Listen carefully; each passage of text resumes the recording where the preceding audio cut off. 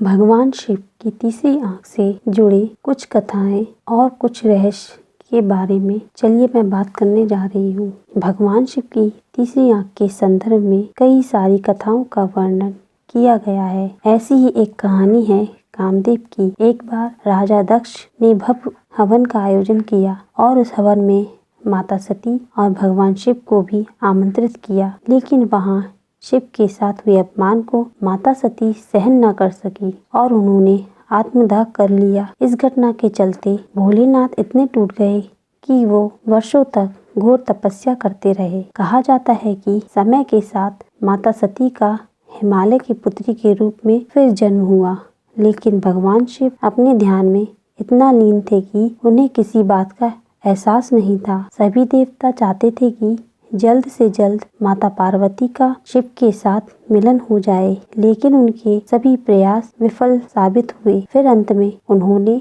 भगवान कामदेव को मदद के लिए बुलाया। कामदेव ने अलग अलग तरीके से भगवान शिव का ध्यान तोड़ने की कोशिश की, लेकिन वो विफल रहे। इसके बाद कामदेव ने एक आम के पेड़ के पीछे से पुष्प बाण चलाया, जो सीधे शिव के हृदय में जाकर लगा और उनका ध्यान भंग हो गया। अपने ध्यान के भंग होने से महाकाल इतने क्रोधित हो गए कि उन्होंने अपने तीसरे नेत्र से कामदेव को भस्म कर दिया। अब देवताओं को इस बात की संतुष्टि थी कि आखिरकार भोलेनाथ का ध्यान टूटा तो सही, लेकिन इस बात का दुख भी था कि कामदेव को अपनी जिंदगी का बलिदान देना पड़ा। जब कामदेव की पत्नी ने शिव से गुहार लगाई कि उनके पति को पुनः जीवित कर दे, तब शिव ने कहा कि द्वापर युग में कामदेव भगवान कृष्ण के पुत्र के रूप में दोबारा जन्म लेंगे। ऐसे ही भगवान शिव की और एक कथा के अनुसार मैं आपको बताने जा रही हूँ। एक अन्य कथा के अनुसार जब भगवान शिव अपने ध्यान में मग्न थे, तब माता पार्वती ने अपनी दोनों हथेलियों से उनकी आंखों को ढक दिया। इसके चलते पूरी दुनिया में अंधेरा छा गया था। कहा जाता है कि उस समय महादेव ने अपनी तीसरी आंख से इतना प्रकाश प्रज्वलित किया कि पूरी धरती जलने लगी। तब माता पार्वती ने तुरंत अपनी हथेलियां हटा ली और सब सामान्य हो गया।